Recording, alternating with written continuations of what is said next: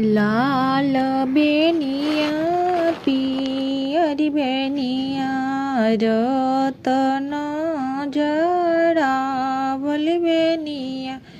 लाल बेनिया पियर बेनिया रतन जड़ावल बेनिया।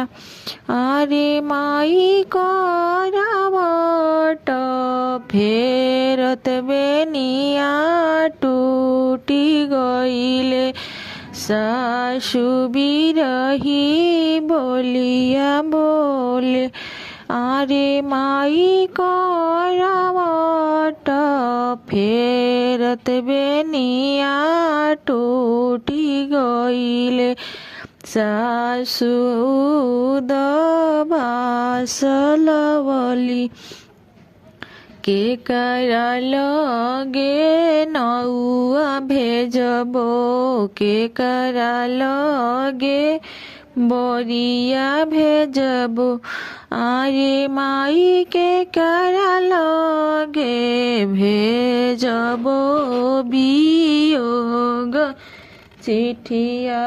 सासु दबासलवली अरे माई के करा लगे भेजबो बियोग चिठिया। सासु दबासलवली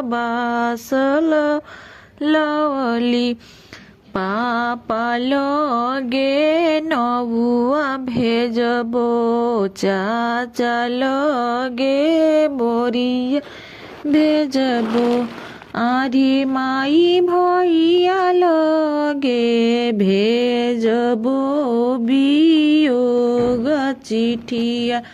सासु दबासलवली अरे माई भैया लगे भेजबो बियोग चिठिया। सासु बिरही बोलिया बोले पापा आइले धावल धूपल चाचा आइले बेचैन भइल।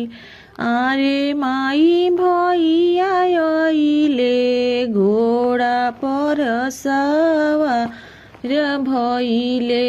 सासु से जवाब मांग अरे माई भैया आइले घोड़ा पर सवार भइले।